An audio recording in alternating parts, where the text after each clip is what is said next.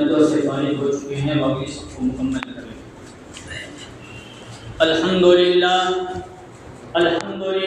نحمده ونستعینه ونستغفره ونؤمن به ونتوکل علیہ ونعوذ باللہ من شرور انفسنا ومن سیئات اعمالنا، من يهد الله فلا مضل له ومن يضلل فلا هادي له، ونشهد أن لا إله إلا الله وحده لا شريك له، ونشهد أن سيدنا ومولانا محمدا عبده ورسوله صلى الله عليه وعلى آله وأصحابه وبارك وسلم تسليما كثيرا. أما بعد فأعوذ بالله من الشيطان الرجيم. بسم الله الرحمن الرحيم. قل إن صلاتي ونسكي ومحياي ومماتي لله رب العالمين. وقال النبي صلى الله عليه وسلم: وأصدقهم حياء عثمان رضي الله تعالى عنه، أو كما قال عليه الصلاة والسلام. صدق الله العظيم وصدق رسوله النبي الكريم. رب اشرح لي صدري ويسر لي أمري واحلل عقدة من لساني يفقهوا قولي. مرتبہ نبی اکرم صلی اللہ علیہ وسلم پر درود شریف پڑھ لیجیے. اللهم صل على محمد وعلى آل محمد كما صليت على إبراهيم وعلى آل إبراهيم إنك حميد مجيد.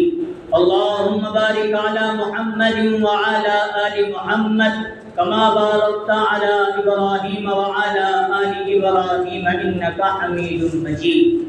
محترم بزرگوں اور عزیز دوستوں، اللہ تبارک و تعالیٰ کا احسان، اللہ کا فضل اور اللہ کا کرم ہے کہ اللہ تعالیٰ نے ہم تمام کو نماز جمعہ کے لیے اپنے گھر مسجد جلد سے جلد آنے کی توفیق نصیب فرمائی. جو باتیں کہی جائے ان تمام باتوں پر اللہ تعالیٰ ہم تمام کو موت تک عمل کرنے کی توفیق نصیب فرمائے. بزرگوں، دوستوں اور عزیزوں، بقرعید کے تعلق سے کئی جمعہ سے یہ عنوان اور یہ بات چلی آ رہی ہے کہ حضرت ابراہیم علیہ السلام اور ان کے خاندان نے کیا کیا امتحانات دیے اور کیا کیا قربانیاں دی. ان قربانیوں کے نتیجے میں اللہ تعالیٰ نے ان اور ان کے خاندان کو کس کس انعام سے اپنے فضل و کرم سے نوازا. اور گزشتہ جمعہ خاص طور پر یہ بیان کیا گیا کہ حضرت ابراہیم علیہ السلام آخری وقت میں ان کو موت کس حالت میں آئی اور کیا پیغام دے کر اس دنیا سے حضرت ابراہیم ہمیں چلے گئے. تو اس جمعہ اسی عنوان سے یہ بیان کرنے کا سوچ رہا تھا کہ جب حضرت ابراہیم کا انتقال ہوا اس حالت میں کہ اچھی حالت میں انتقال ہوا اور اپنی قوم اور اپنی ذات کے ذریعے امت مسلمہ کو یہ سبق دیا کہ جیسی زندگی گزارو گے موت ویسی ہی آنی اٹل ہے. جمعہ یہ سوچ رہا تھا کہ نمرود کے تعلق سے بیان کیا جائے جس نے حضرت ابراہیم علیہ السلام کو پل پل ستایا، اپنے وطن سے ہجرت کرنے پر مجبور کیا. دعوت دینے کے لیے نکلے تو نعرے نمرود نے نکل دیا حضرت ابراہیم کو. بہت ساری تکالیف نمرود نے کی تو اس کا انجام کیا ہوا. لیکن یہ واقعہ بیان کرنے سے پہلے ایک اہم قربانی کو بیان کرنا جو آج جمعہ کے عنوان سے بہت ضروری ہے. تاریخ دیکھنے اور کتابوں کو دیکھنے کے بعد یہ معلوم ہوا 18 ذی الحجہ کتنی تاریخ کا 18 ہے. 18 ذی الحجہ حضرت عثمان غنی رضی اللہ عنہ کی شہادت ہوئی. ان کی حضرت آج ہی کے دن سن 35 ہجری 18 ذی الحجہ جمعہ کا دن حضرت عثمان غنی رضی اللہ عنہ کی شہادت ہے. اور آج کی تاریخ دیکھتے ہیں تو آج 18 زندگی. پھر یہ عنوان چھوڑ کر وہ عنوان بیان کیا جائے تو شاید ذرا آگے پیچھے مسئلہ ہو سکتا ہے. اس لیے مناسب لگتا ہے کہ حضرت عثمان غنی رضی اللہ عنہ کی سیرت آج کی تاریخ کے اعتبار سے بیان کیا جائے اور ان کی موت، ان کی شہادت، ان کی زندگی سے ہمیں کیا سبق ملتا ہے وہ سبق بھی ہم سیکھنے اور حاصل کرنے کی کوشش کریں. حضرت عثمان غنی رضی اللہ عنہ ایک بہت بڑے جلیل القدر صحابی ہیں، اور اتنے بڑے صحابی ہیں جن کے بارے میں نبی صلی اللہ علیہ وسلم نے الگ الگ مقامات پر الگ الگ اوقات میں ان کے لیے خوشخبری بشارت دی. اور اتنا ہی نہیں، بشارت پر ہی موقوف نہیں، اپنی 2 بیٹیاں نبی اکرم صلی اللہ علیہ وسلم نے حضرت عثمان غنی رضی اللہ عنہ کی نکاح میں دیے، اور یہ بھی فرمایا اگر میری اور بھی بیٹیاں ہوتی، ایک روایت میں غالباً 7 بیٹیاں ہوتی اور دوسری روایت میں آگے پیچھے ہو سکتا ہے اگر 100 بیٹیاں بھی نبی کی ہوتی، ایک کے بعد ایک بیٹی حضرت عثمان کے نکاح میں نبی صلی اللہ علیہ وسلم حضور نے فرمایا. پہلی بیٹی حضرت رقیہ. حضور کی کتنی بیٹیاں؟ آہستہ سے بڑھانے کی ضرورت ہے. کتنی بیٹیاں؟ 4. پہلی جو سب سے بڑی بیٹی ہیں حضرت زینب، آپ سامنے جگہ کھڑے، حضرت زینب رضی اللہ عنہ. کیا نام؟ پہلی بڑی بیٹی حضرت زینب، دوسری بیٹی حضرت رقیہ، تیسری چوتھی نام یاد رہے، زینب، رقیہ، کلثوم اور فاطمہ رضی اللہ عنہم. یہ 4 بیٹیاں نبی صلی اللہ علیہ وسلم کی. اب پہلی بیٹی جو تھی حضرت زینب رضی اللہ عنہ، یہ کسی اور صحابی رضی اللہ عنہ کے نکاح میں. اب حضرت رقیہ رضی اللہ عنہ کو حضرت عثمان غنی رضی اللہ عنہ کے نکاح میں دے دیا تو چند دنوں کے بعد، چند مہینوں، چند سالوں کے بعد بیماری کی حالت میں ان کا انتقال ہو گیا. اس کے بعد حضور صلی اللہ علیہ وسلم نے اپنی تیسری بیٹی حضرت کلثوم کو حضرت عثمان غنی رضی اللہ عنہ کے نکاح میں دیا. ان کا بھی انتقال حضور کی موجودگی میں ہوا تو حضور صلی اللہ علیہ وسلم نے حضرت عثمان سے اور صحابہ سے فرمایا اگر میری اور بھی بیٹیاں ہوتی تو میں حضرت عثمان کے نکاح میں پے در پہ ایک کے بعد ایک دیتا چلا جاتا. اسی لیے صحابہ کے درمیان ذی نورین کا لقب حضرت عثمان غنی رضی اللہ عنہ کو ملا تھا، یعنی 2 نور والے. حضور کی بیٹیاں یہ حضور کا نور ہے، تو 2 بیٹیاں حضور نے حضرت عثمان غنی رضی اللہ عنہ کے نکاح میں دی تھی، اس لیے ان کو لقب ملا تھا ذی نورین، یعنی 2 نور والے. حضرت عثمان بہت بڑے صحابی ہیں، بچپن سے لے کر جوانی تک اور جوانی سے لے کر اپنے موت تک انہوں نے زمانہ جاہلیت میں بھی شراب سے، بت پرستی سے، ایسے جو لڑکیوں کو زندہ درگور کرنا، ایسے جو بڑے گناہ تھے، ان گناہوں کے قریب بھی اسلام کے قبول کرنے سے پہلے بھی حضرت عثمان اس سے قریب نہیں ہے. اور مالدار تو الحمدللہ بہت بڑے تھے کہ نبی نے جہاں جیسا حکم دیا اپنا پورا کا پورا مال لے کر وہاں خرچ کرنے کے لیے نکلے.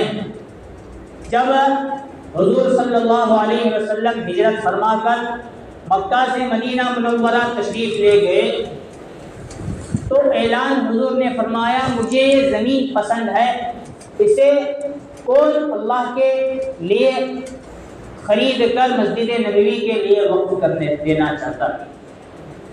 اب حضرت عثمان جو مکہ سے مدینہ آئے تھے، مدینہ ہجرت کرنے سے پہلے مکہ سے حبشہ کی طرف انہوں نے اور ان کی بیوی حضرت کلثوم یا رقیہ رضی اللہ عنہا نے ہجرت کی تھی. اور ہجرت کے بارے میں یہ ہے کہ جتنا بھی مال ہے، اونٹ ہے، گھوڑے ہیں، وہ سب لے کر کوئی صحابی نہیں آئے کہ سب مکہ میں چھوڑ کر آئے۔ حضرت عثمان نے 2 مرتبہ ہجرت کی۔ پہلی ہجرت مکہ سے حبشہ گئے، تب بھی خالی اس وقت یہ جو ہمارے یہاں بینکوں کا نظام ہے اور وہ کارڈ وغیرہ اس میں پیسے بھرے تو گٹا سنبھالے رکھتا ہے، ویسا پہلے کا سسٹم، پہلا نظام ایسا جو پیسہ ہے وہ گھر میں الماری بھی اس وقت نہیں تھی، چجوری بھی نہیں تھی، ایک محراب ایک کپاٹ بنا دی جاتی تھی، اس کے اندر وہ چیز رکھتے، اور کسی کے پاس زیادہ پیسہ ہو، زیادہ غلہ ہو، اپنے گھر کے کونے میں ڈھیر، چوری وغیرہ کا زیادہ اندیشہ اس زمانے میں نہیں۔ سب کا سب چھوڑ کر اپنی زمین، اپنا جائیداد، اپنا مال، اپنی ملکیت، اپنے گھوڑے، اپنے اونٹ، اپنا خاندان، سب کچھ چھوڑ کر حضرت عثمان نے پہلی ہجرت کی اور وہاں 6 مہینے سال بھر وہاں رہے اور اپنی تجارت کی۔ اب دوسری ہجرت جب کر کے آئے ہیں، مکہ کا مال بھی چھوڑا اور حبشہ میں جو کمایا تھا وہ بھی چھوڑ کر خالی ہاتھ مدینہ منورہ تشریف لائے۔ لیکن اس وقت جو حضرت ابو بکر یہاں آئے تھے، ان کے پاس ان کا ذاتی اونٹ لے کر وہ حضور کی خدمت میں لے کر آئے، اسے بیچا ہوگا یا کچھ اور مسئلہ ہوا ہوگا، کچھ پیسے حضرت ابو بکر کے پاس اس وقت مدینہ میں آنے کے بعد آئے ہوں گے، تو حضور نے اعلان فرمایا میں اپنا مکان، اپنا گھر بنانے سے پہلے اللہ کا گھر بنانا چاہتا ہوں، مسجد، مجھے یہ جگہ پسند ہے، کون دینے کے لیے تیار ہے؟ حضرت ابو بکر نے آگے بڑھ کر اپنا سارا مال لگا کر وہ جگہ خریدی اور جگہ حضور کے لیے وقف کر دیا۔ اللہ کے رسول، یہ زمین آپ کی ملکیت میں، آپ اپنی مسجد بنانے کے لیے کام میں ڈالیں۔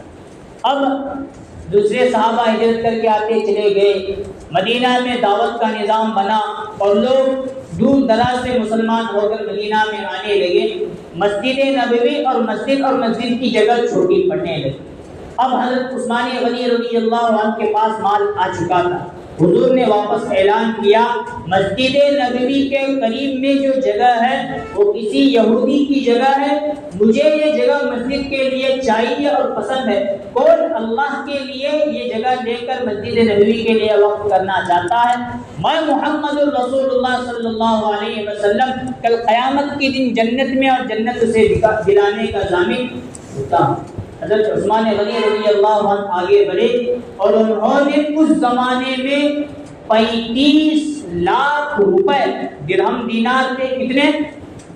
35,000 یا 35 لاکھ، اس زمانے میں 1000 بلکہ 100 بھی بہت زیادہ ہوا کرتے، اتنی موٹی رقم لگا کر وہ زمین خرید کر حضور صلی اللہ علیہ وسلم کو دے دی کہ اللہ کے رسول یہ آپ کے صدقے، اسے مسجد نبوی میں آپ لگا اور قربان جائیے۔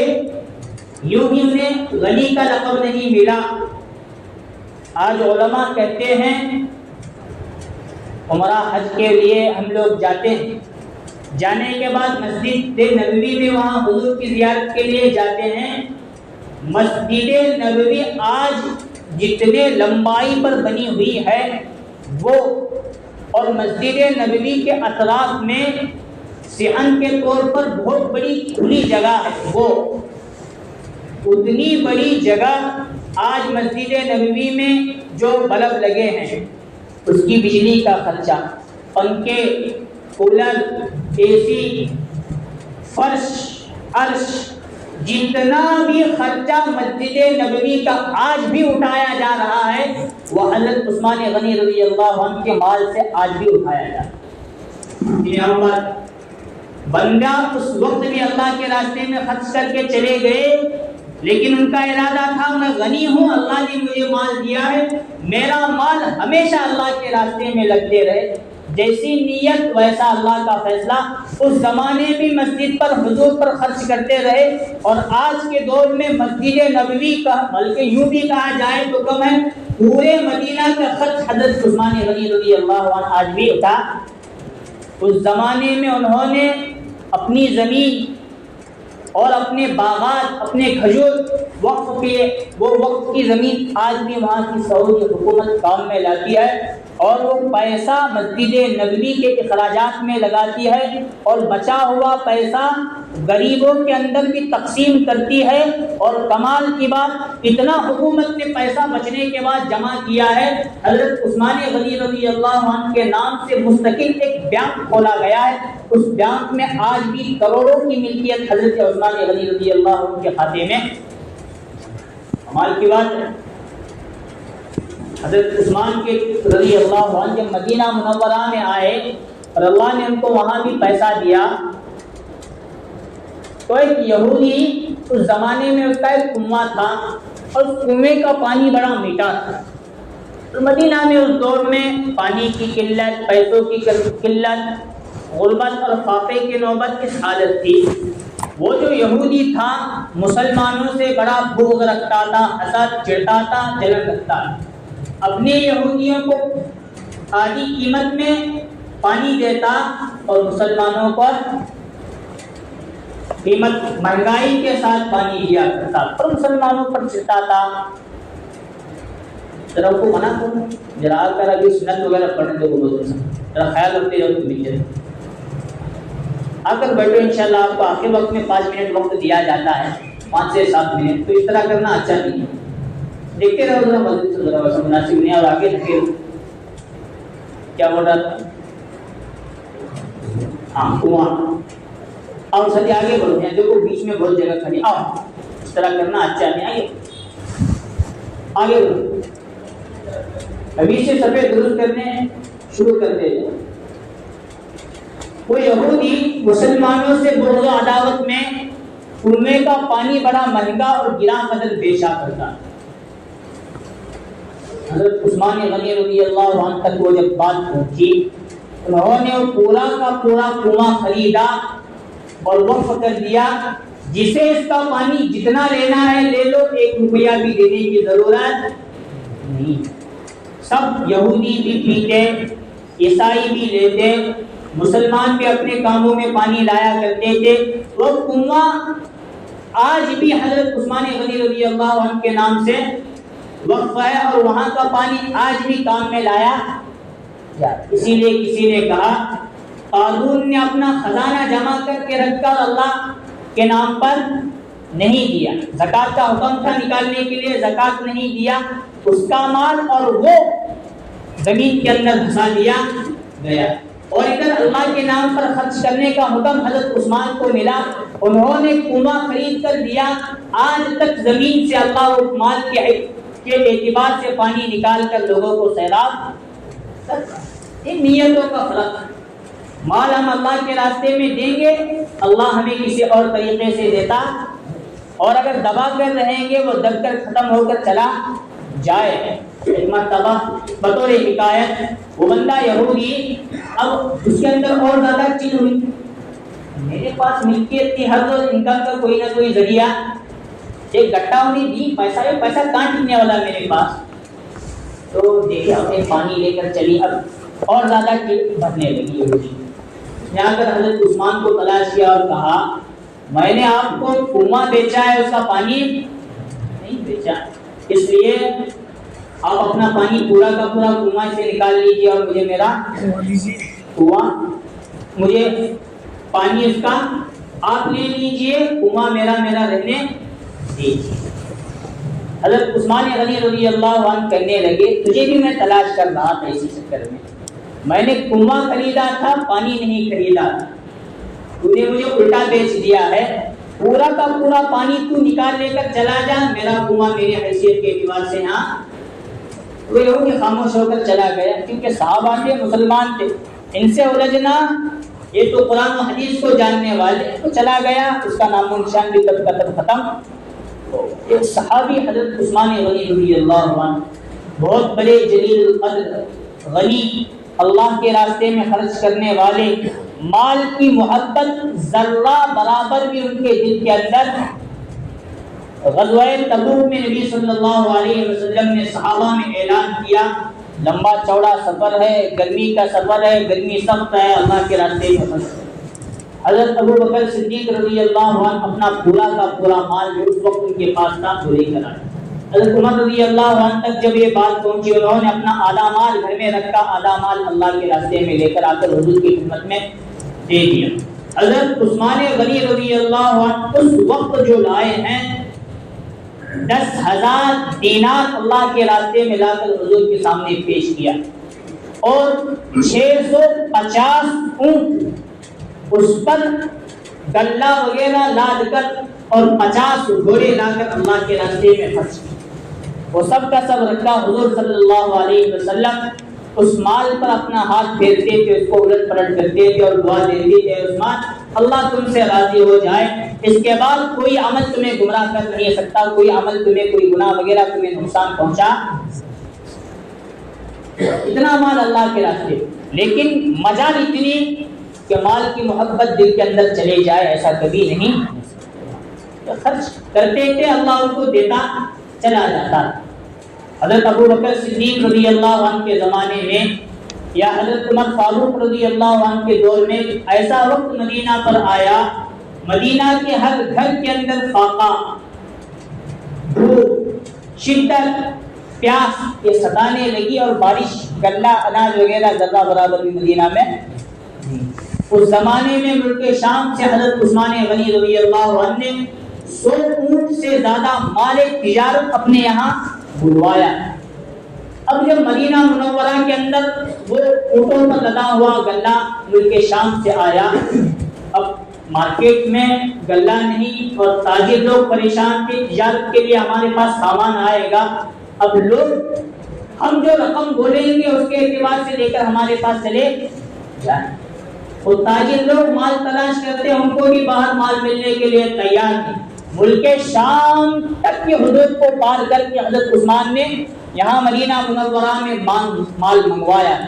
جب مال آئے تو تاجر لوگ آتے گئے اور یہ پیشکش کرتے رہے کہ آپ جو بولیں گے ہم اس کے اعتبار سے آپ کا مال خریدنے کے لیے تیار۔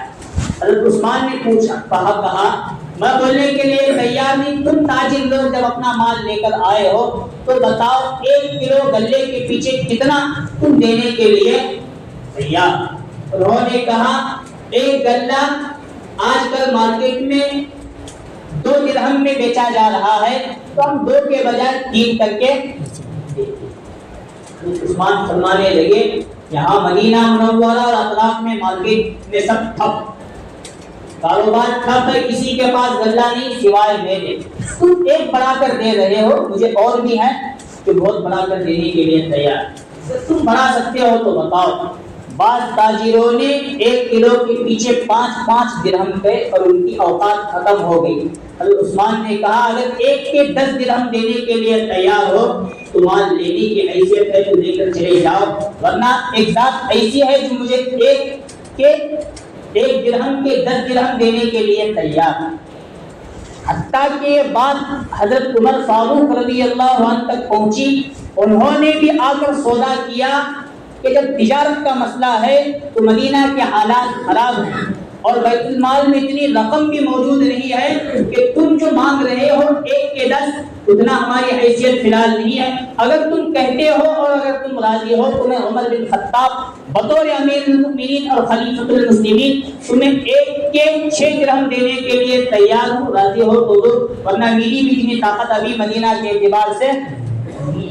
عثمان فرمانے لگے امیر المؤمنین آپ تجارت کرنے کے لیے میرے پاس آئے ہیں اور میں بھی تاجر اور آپ مجھ سے غلہ خریدنا چاہتے ہیں، 1 کے 10 اگر دینا چاہتے ہو تو ٹھیک ہے، ورنہ مجھے آپ کو بھی بیچنا نہیں ہے۔ حضرت عمر رضی اللہ عنہ جا کر مسجد نبوی میں انہوں نے نماز پڑھی، روضہ رسول پر جا کر روتے رہے اور حضور کا واسطہ دے کر اللہ سے مانگتے رہے اے اللہ آج مدینہ پر حالات ایسے ہیں، عثمان بھی اپنا خزانہ کھولنے کے لیے تیار نہیں ہے، تو ہی غیبی مدد کر کے بارش برسا یا غلہ اناج وغیرہ پہنچا۔ ادھر رات بھر حضرت امیر المؤمنین حضرت عثمان غنی حضرت عمر بن خطاب رضی اللہ عنہ روتے رہے اور صبح کے وقت جب مدینہ کا جائزہ لیا، صبح سحر کے وقت، صبح صادق کے وقت، صبح کی نماز کے وقت ہر گھر سے پکنے اور خوشبو پکنے کے آنے لگی، تو حضرت عثمان رضی اللہ عنہ کے ذریعے بات پہنچائی گئی، اے امیر المومنین مجھے ایک کا 10 دینے والا اللہ کی ذات ہے، میں اللہ کے لیے پورا کا پورا مال مدینہ منورہ میں لگا چکا ہوں۔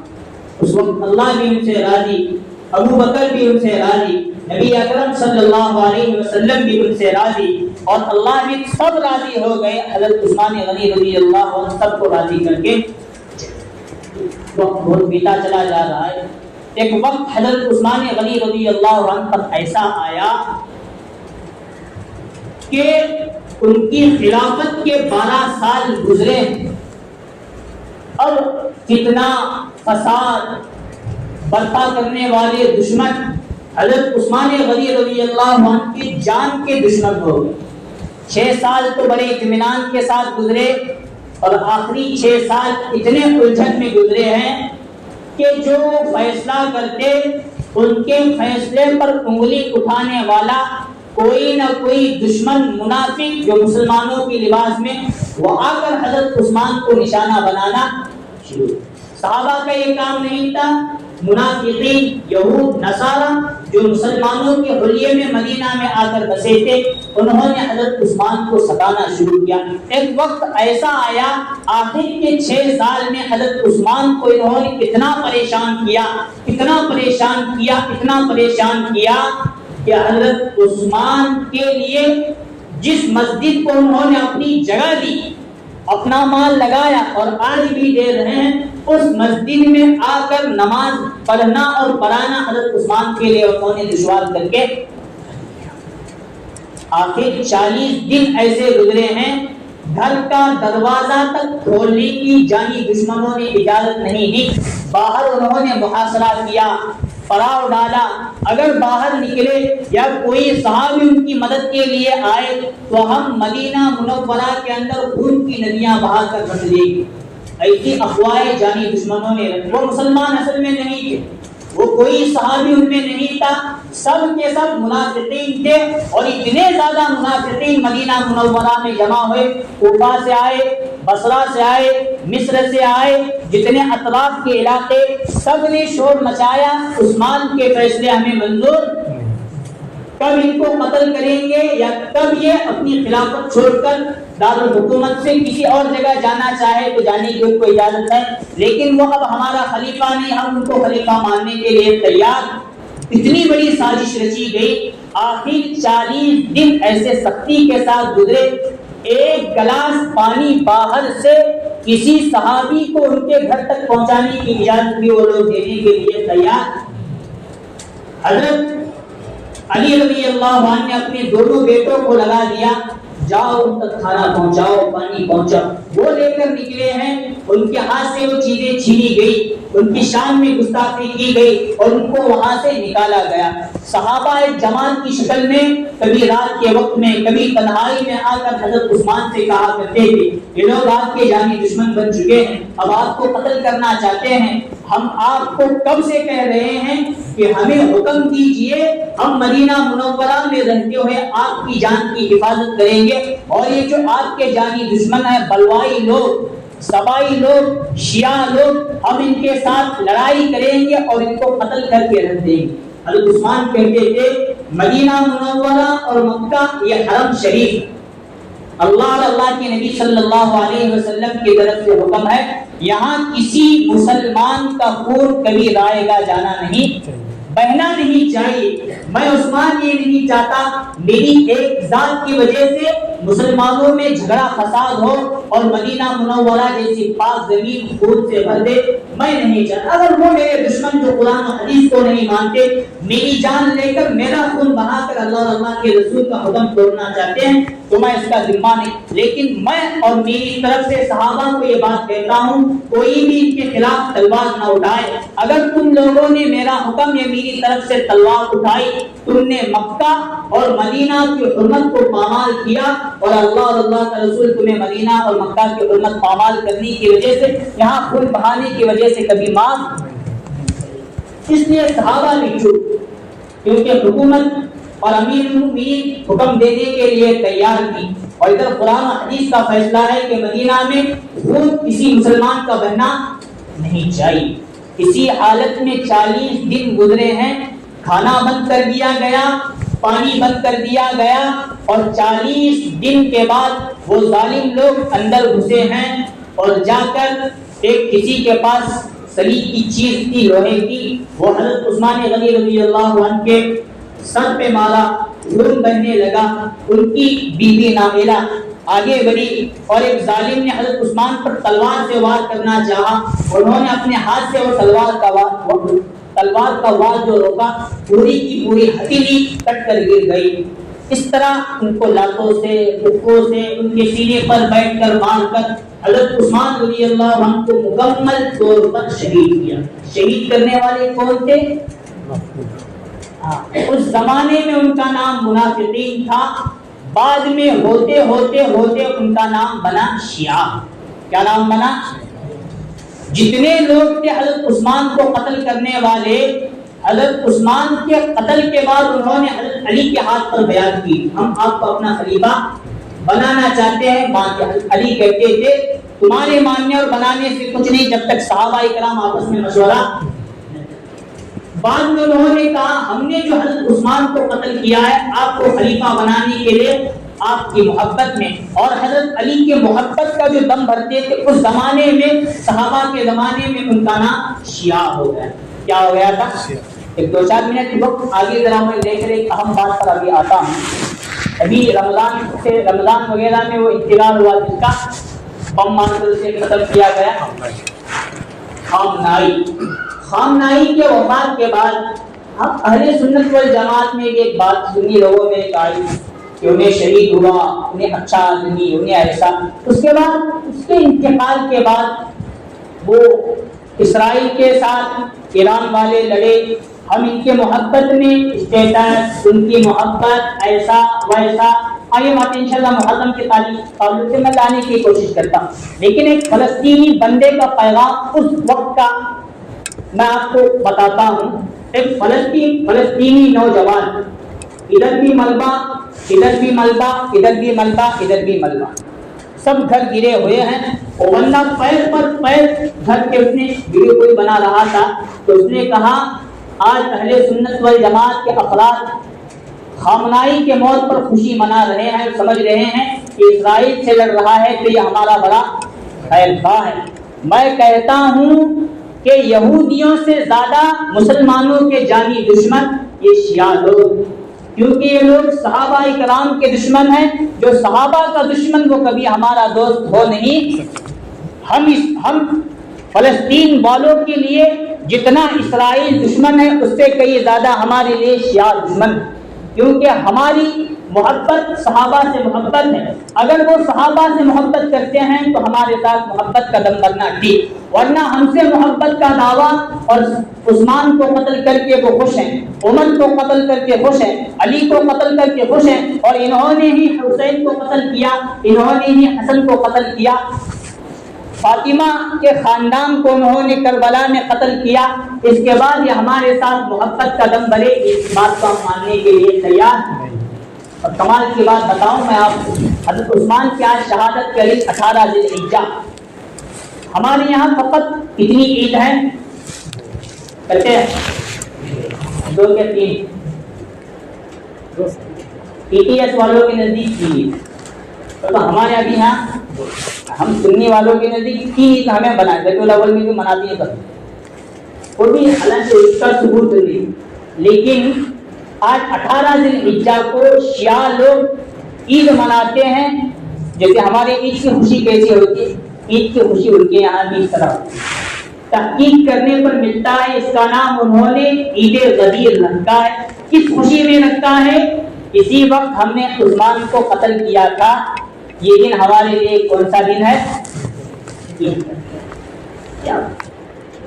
اس لیے اہل سنت والجماعت کے عقائد پر مضبوط رہ کر ادھر ادھر نہیں دیکھنا۔ محرم آیا تو ہمیں محرمی بن کر شیعہ کا ماتم منانا شروع کیے، جو مہینہ آیا تو وہ کرنے لگ گئے، وہ مہینہ آیا تو وہ کرنے لگ گئے، اس طرح نہیں ہوتا۔ اہل سنت والجماعت جو قرآن، جو حدیث، جو صحابہ، جو ائمہ بتا کر چلے گئے ہیں اس پر عمل کرنے والوں کا نام ہے، ورنہ ادھر ادھر کی ہوا چلی ادھر کو ہو گئے خیر۔ حضرت عثمان غنی رضی اللہ عنہ بہت بڑے جلیل القدر صحابی ہیں، ان کی عظمت، صحابہ کی عظمت، صحابہ سے محبت ہم تمام کے لیے بہت ضروری۔ اللہ تعالیٰ سے دعا ہے اللہ تعالیٰ ہم تمام کو حضرت عثمان اور دیگر صحابہ اکرام کے نقش قدم پر چلنے کی توفیق نصیب فرمائے، آمین۔ وآخر دعوانا الحمد للہ رب العالمین۔